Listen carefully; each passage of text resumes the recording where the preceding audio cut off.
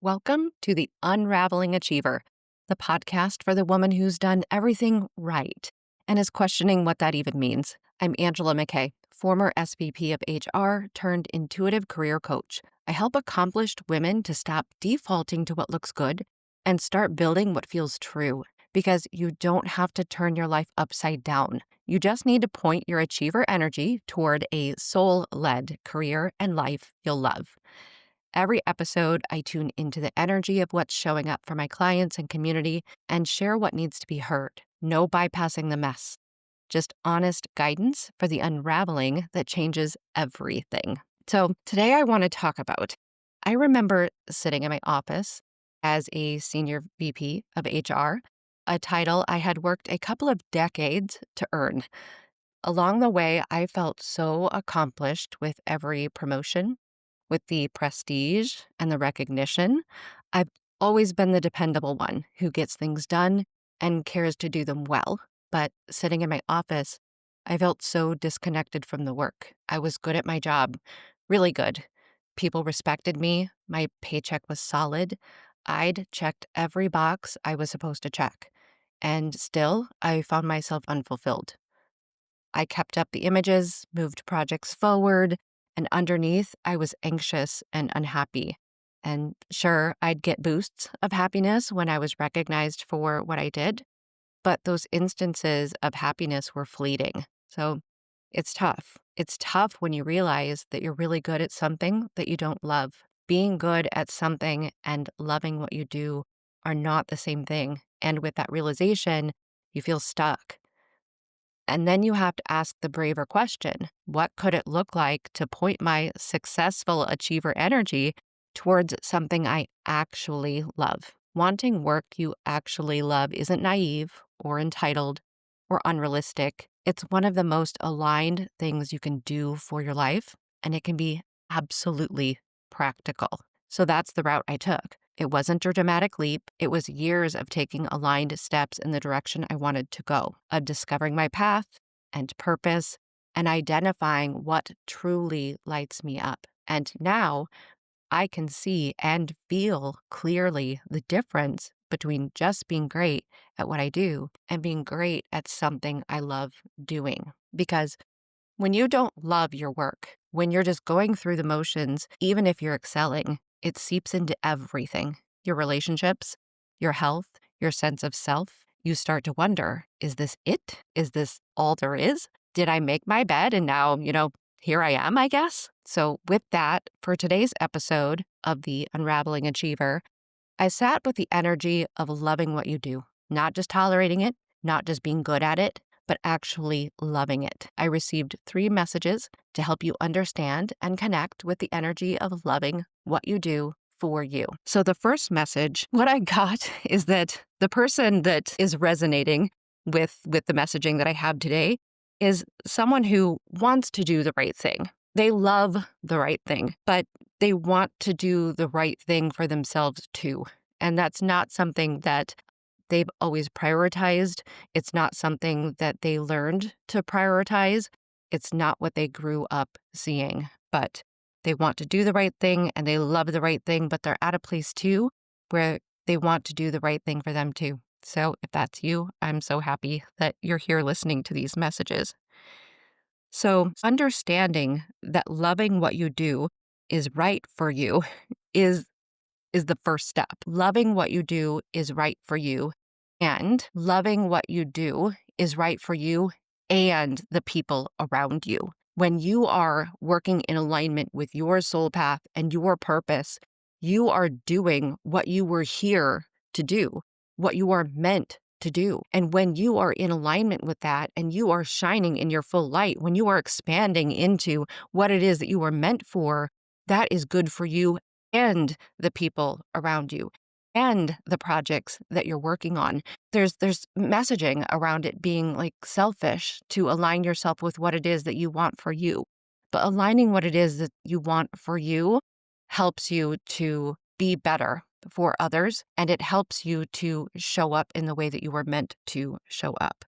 And when I say, doing what you want to do for you, we've already established You like the right thing. You want to do the right thing. We know that you're not going to take this message and just throw caution to the wind and lose all compassion for other people. That's not it. But you are going to align more deeply and more closely with what it is that you love doing because it's in alignment with what you are here to do. Also, if you think about it, like to be in alignment with what you want to do, you can extend that same thought to others. You want them to be in alignment with what they're here to do too. You want them to align with what they love, what they are best at, their unique skill set that they were born to shine while they're in their experience here. And if you want that for others, like you need to extend that to yourself too, that you want that for yourself as well. So pointing yourself in the energy of loving what you do is one of the best things that you can do for yourself and others. Message number 2.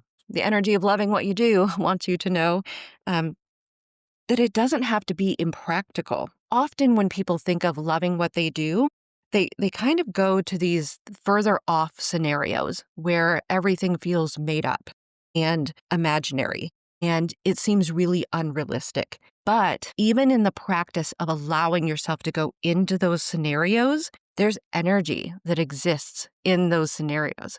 There's energy for you to tap into to see what it would feel like if there were no limitations, if that unrealistic vision or what you think is an unrealistic vision were to actually be real. Allow yourself to be fully in the feeling of what that would feel like, because the feeling is what we're going to be able to grab onto and then pull into the kind of real life, practical life that you're living. There's actually an exercise that I have my clients do in which I ask them to fully immerse themselves into an imaginary world. And it's one of the most difficult practices for them to do because you have to stop that voice from coming in that says, that's not realistic. Who do you think you are? This is a waste of time. You're never going to have that.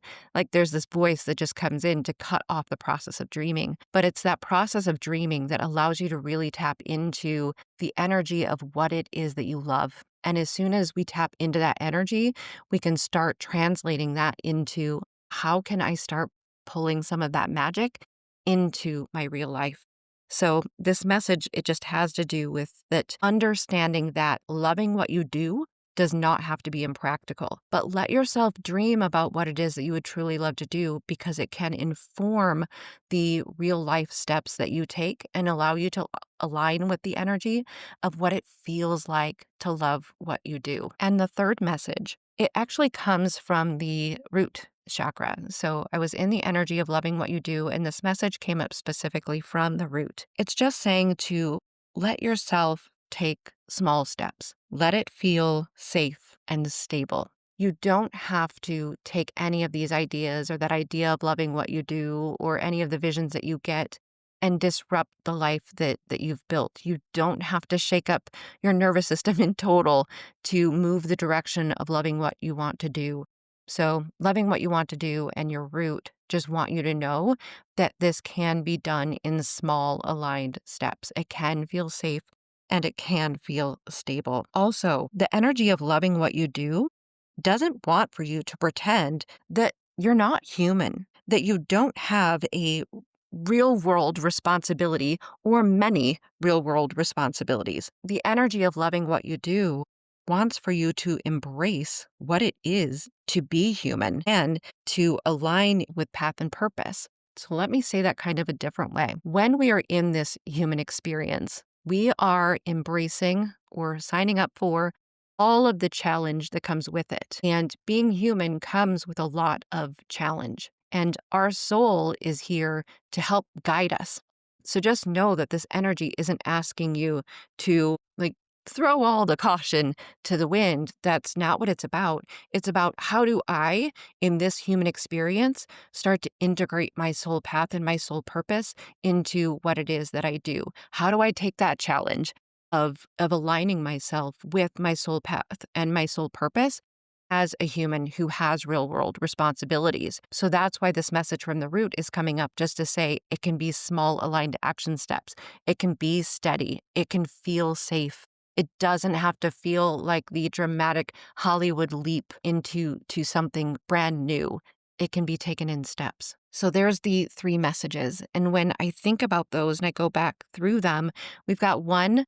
I know the folks that are aligned to this message will need to be nudged a little bit in the direction of understanding that what is truly best for them is truly best for everybody. So just allowing yourself to embrace that for you, because you would want others to embrace that as well. When we are truly in our path and purpose, we are doing exactly what we're meant to do, and we're having the most pure impact that we can possibly have. Then it doesn't have to be impractical. It doesn't have to look exactly like the quote unquote unrealistic scenario that you reach out for. But we still want to reach for that scenario because it gives you the feeling of what loving what you do feels like. It allows you to have that feeling in contrast with what it is that you've been otherwise experiencing. So do let yourself go there, because we're going to pull that then into real life and identify the opportunities that you have around you that allow you to tap into that feeling. And then lastly, that you can let yourself take small steps, that you can let yourself feel safe and stable. And that the whole point is to experience some of that vulnerability and that scariness that you know is in alignment, even if it feels a little bit scary, and to let yourself just walk into that step by step without feeling like you have to overturn everything to be able to experience what it is that you love to do. Okay.